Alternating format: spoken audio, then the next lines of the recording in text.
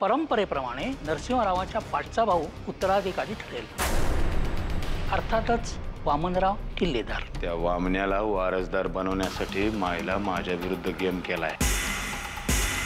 ही आत्याबाई captain आहे। वकने साहेब, मला त्या श्रीपाद गोसाव्याला बेलवर सोडावं लागलं। आयुष्यभर लक्षात ठेव, स्वतःला टिकायचं असेल, हे घर टिकवायचं असेल तर किल्ल्या आपल्याच जवळ हव्यात। माझ्या नावावर असा खूप वाईटपणा जमा आहे। का? तुम्ही कोणाचं काय वाईट केलंय? मरायच्या आधी तुला सांगेन।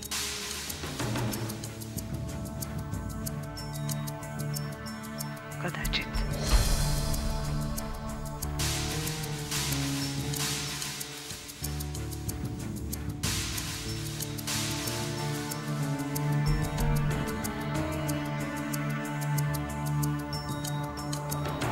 ओ काय करताय? सोडा मला। शेठ, हा कदम तहसीलदार ऑफिसातला कारकोंड्या यानं कबूल केलंय की वाकनेसाचा माणूस याला भेटला होता। यानंच वामन किल्लेदाराच्या नावानं खोटा कागद बनवलाय। वामन किल्लेदाराच्या जन्माचा दाखला बदलला का नाही? नाही साहेब, माझा काही संबंध नाही याच्याशी। खरंच सांगतो साहेब, माझा काही संबंध नाही याच्याशी।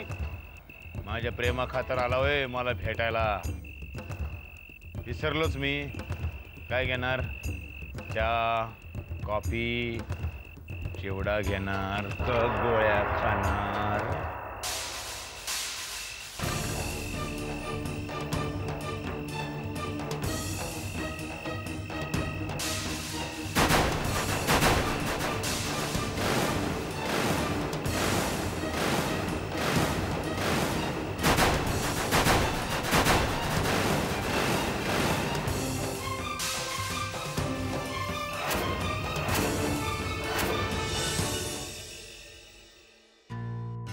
माझ्या नावावर असा खूप वाईटपणा जमा आहे। मरायच्या आधी तुला सांगेन।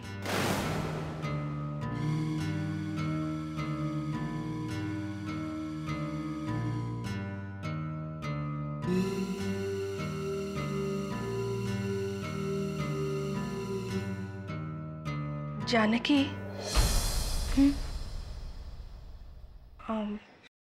दुपारी कशावरून तरी जोरजोरात भांडण झालं, नंतर हे निघून गेले।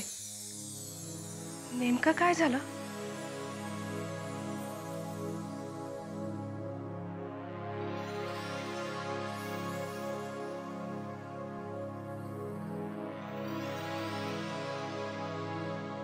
वकील साहेब आले होते, म्हणजे मी पण उशिरा पोचले, त्यामुळे मला पण। जानकी, भांडण कशावरून झालं?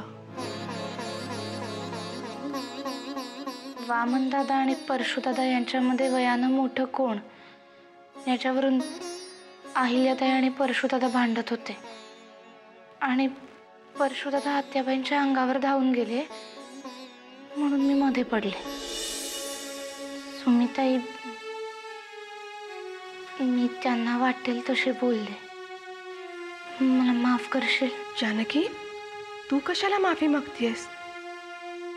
इतके दिवस मी स्वतःलाच भ्रमात ठेवलं होतं, पण आता मला पूर्ण जाणीव झाली आहे की माझं नाणं किती खरं आहे आणि किती खोटं आहे ते। सुमिताई, एक विचारू? परशुदादा आता जीवशी कसे ग वागतात?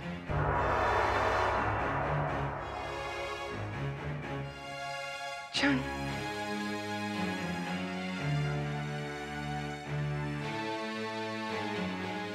सुमिताई, आपण जीवचं बारसं कधी करायचं? नाव काय ठेवायचं? जन्माला आल्या आल्या बापाने नावं ठेवली, आता जगाने काही नाव देऊ, काय फरक पडतो तिला? असं काय बोलते सुमिताई? मी आत्याबाई साहेबांशी बोलते, आणि आणि तिचं बारसं धूमधडाक्यात साजरं करू. मला सांग, नाव राशीवरून ठेवायचं की? नाही जानकी, दादा घरी आले ना की मग करू आपण शिवचं बारसं. अगं पण जानकी, यावरून कृपा करून माझी कोणीही समजूत काढू नका. तू माझ्यासाठी खूप काही केलंयस. तुझं सौभाग्य धोक्यात असताना मी चिवचं बारसं नाही का साजरं करू शकत. दादा घरी आले ना की मग करू आपण तिचं बारसं. हं?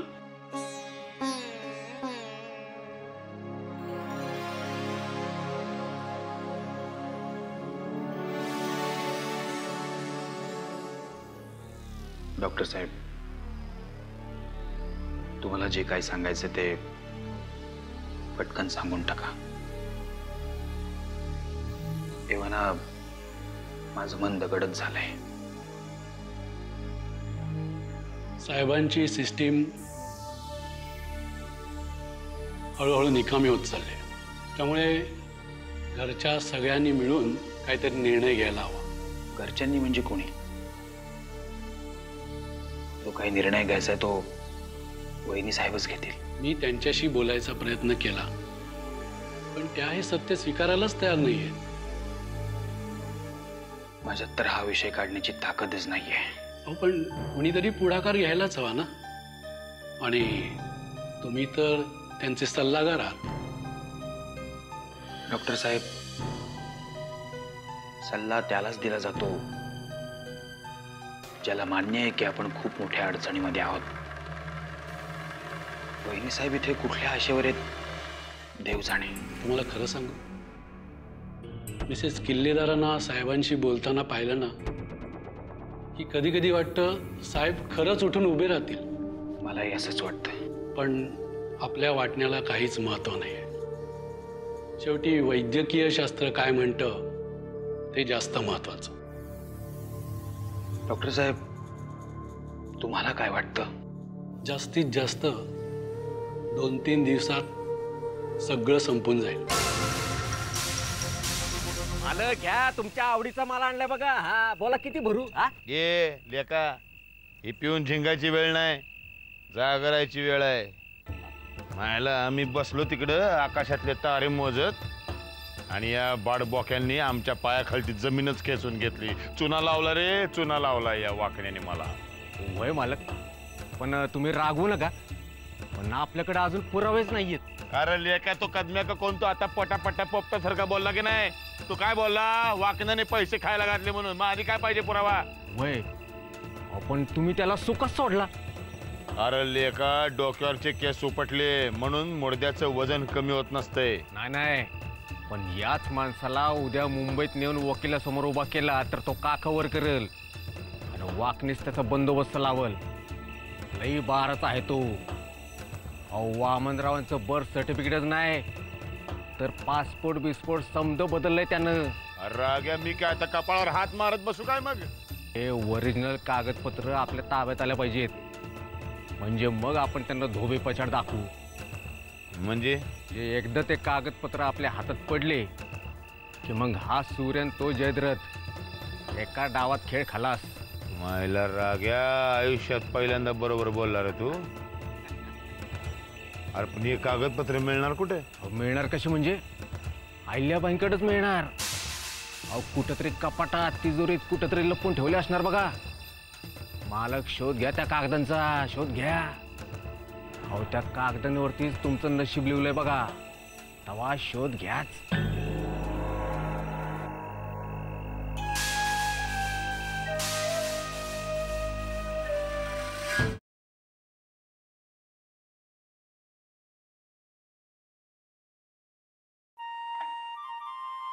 घ्या वहिनी साहेब, फास्टमध्ये ब्रेकफास्ट करा. नाही, मला नको. असं कसं?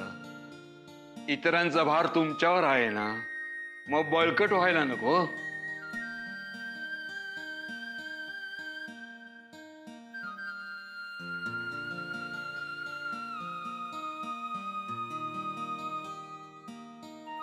नका काळजी करू तुम्ही. ते लवकर बरे होणार आहेत आणि घरी परत येणार आहेत. मी बोलले डॉक्टरांशी.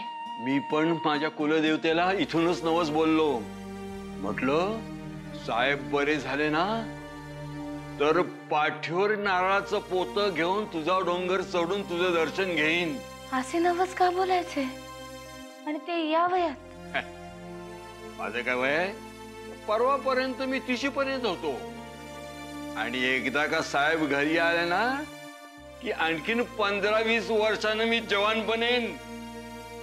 वहिनी साहेब आता बोलता बोलता एवढे पोहे संपवा आणि ज्यूस पण. हा नाही ते जाऊ दे, पहिल्याला मला सांगा, आत्याबाईंना सूप नेऊन दिलं का? त्यांची गोळ्यांची वेळ झालीये. ते गोळ्या पोटात जाण्याच्या आधी काहीतरी खाल्लं पाहिजे. आणि गण्यानी डबा नेला का शाळेत का परत कटकट केली? गणेश शहाणा मुलगा आहे, तो कशाला कटकट करेल? गण्या शहाणा मुलगा, पिंपळावरचं भूत येते, कधी तुम्हाला टोपी घालायला कळणार पण नाही. चिमे बस झालं. तुला वाटलं मला काही कळत नाही? मगापासून बघतोय विषय बदलतेस. हे बघ मी तुझ्यासाठी जे आणलंय ते खा. खा आधी. नाही नाही दामू काका, मी नाही खाऊ शकत, माझा उपवास आहे. हा आज उपवास? अगं पोरी काल पण तू उपवास केलास ना? हो, आजपासून गुरुवार पण धरलाय. तुम्ही बोलत नका, थांबूत जा. जाऊन आत्याबाईंसाठी सूप बनवा जा. अगं पण थोरल्या बहिणी साहेबांची ऑर्डर समजा. होय, या चाकराला थोरल्या वहिनी साहेबांच्या ऑर्डर समोर काही बोलता येत नाही. पण वहिनी साहेब एक लक्षात ठेवा, एक आजोबा आपल्या चिमेवर लई नाराज झालाय, लई नाराज झालाय. हे वागणं बरं नव्हे.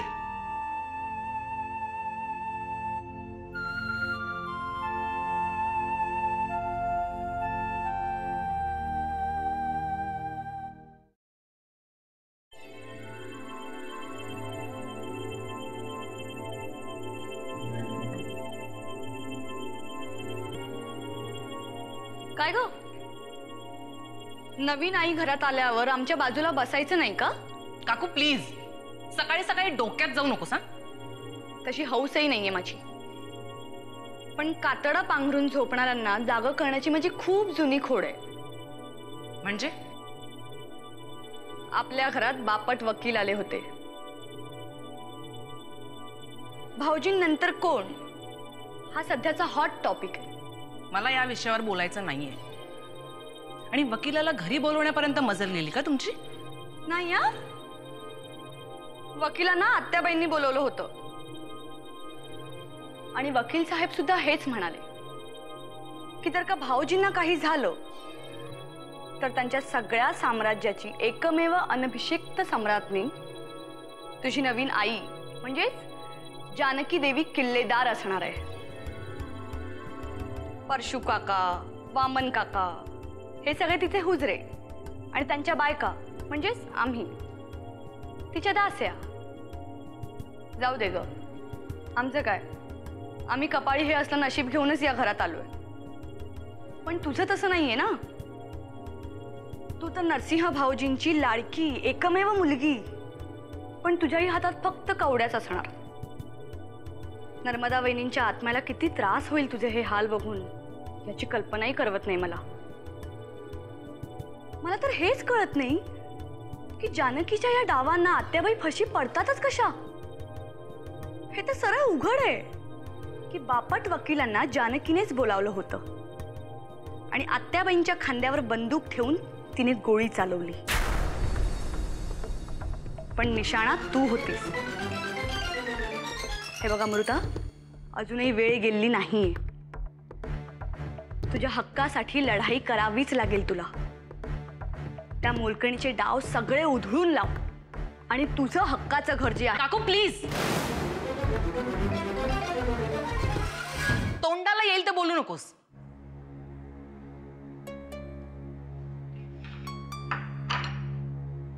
मला ना आता कीव येऊ लागली तुझी. तुला काय वाटतं, तू असे माझे कान भरलेस तर मी लगेच तलवार काढून लढायला जाईन तिच्याशी? एक लक्षात ठेव, या घरची सगळी दौलत, अगदी दुनियेतली सगळी दौलत तिच्या नावे उधळली ना तरीही मला त्याची पर्वा नाहीये. कारण बाबांसाठी ती अहोरात्र कशी झटते ना ते मी बघते. तू जेव्हा तुझ्या रूमचा एसी फुल करून डाराडूर झोपलेली असतेस ना तेव्हा अनवाणी पायांनी बाबांच्या जीवाची भीक मागायला सिद्धिविनायकापर्यंत चालत ती जाते. अगं ती हे सगळं नाटक करते. करू दे ना, करू दे, पण तू नाटक करण्याचेही कष्ट घेत नाहीयेस. काकू, बाबा ऍडमिट झाल्यापासून घरातले सगळे नोकर, अगदी परशू काका सुद्धा एकदा तरी जाऊन बाबांना बघून आलाय. पण तुला तुझ्या बिझी शेड्यूल मधून अजूनही वेळ मिळाला नाहीये, कळलं?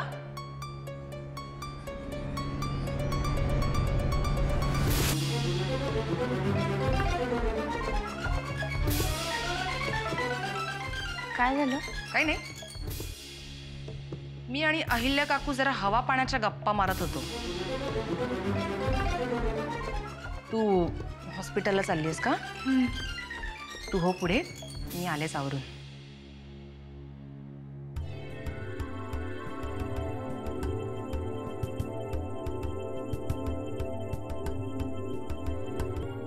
निघू मी? Next time come up with some better ideas. Okay?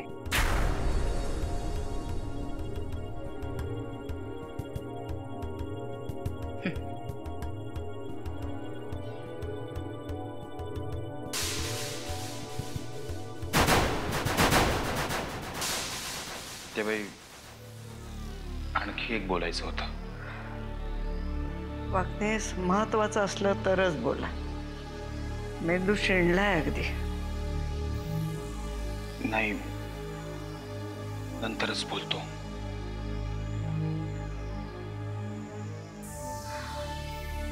अहो आता बोला, नाही तर पुन्हा मेंदूला मुंग्या काय होतं म्हणून. बोला बोला. आत्याबाई, राजनचं प्रेत पोलिसांच्या शवागारात पडू नये. तुमची आज्ञा असेल तर मी त्याच्यावर संस्कार, म्हणजे तेवढाच माझ्यावरचा पापाचा भार कमी होईल. माझ्या नाही, आपल्या म्हणा वागणेस. उद्या त्याच्या समोर उभं राहायची वेळ आली ना तर जी शिक्षा तुम्हाला तीच मला ना, किंबहुना मला जास्तच.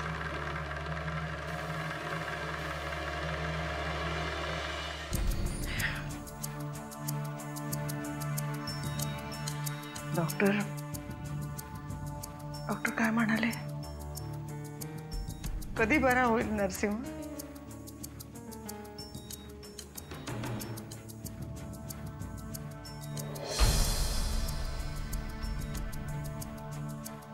बोला वागणेस.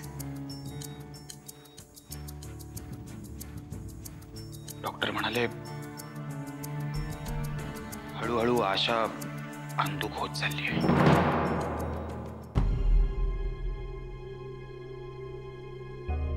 नाही, असं नाही होणार. भवानी माईंनी सांगितलंय तिचं कुंकू हेच त्याचं कवच आहे. आपण दुसऱ्या डॉक्टरला दाखवलं तर, किंवा परदेशात कुठे काही. आत्याबाई, मी सगळी चौकशी केली आहे. डॉक्टरांच्या प्रयत्नांमध्ये काहीच कसूर नाहीये. साहेबांचं शरीर रिस्पॉन्डच करत नाहीये. हो, पण आता आत्याबाई, तुम्ही तरी त्या मुलीला काहीतरी समजवावं. आता काय झालं बाबा? अहो, सलग दुसरा दिवस आहे जानकी वहिनींच्या उपवासाचा. परवा रात्रीपासून त्याच्या पोटात अन्नाचं कण नाहीये. त्यात एवढी धावपळ करतात, कसं होणार त्यांचं? बरं ठीक आहे, मी सांगेन. जातो.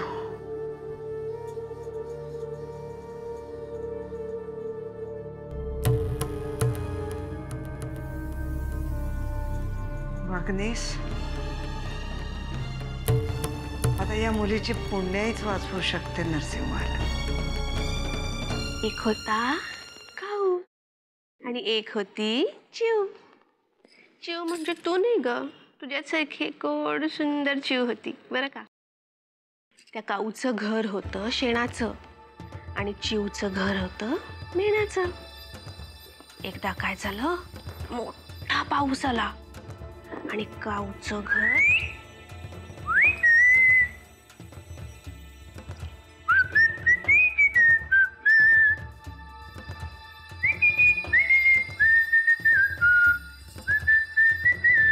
थांबे मशे थांब. असं का बोलता? अगं प्रेमाने बोललो, लाडाने बोललो. लगेच गाल फुगून बसू नग. तिकडे तिकडे.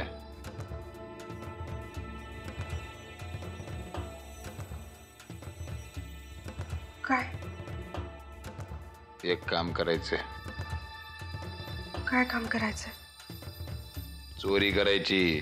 चोरी चोरी करायची. चोरी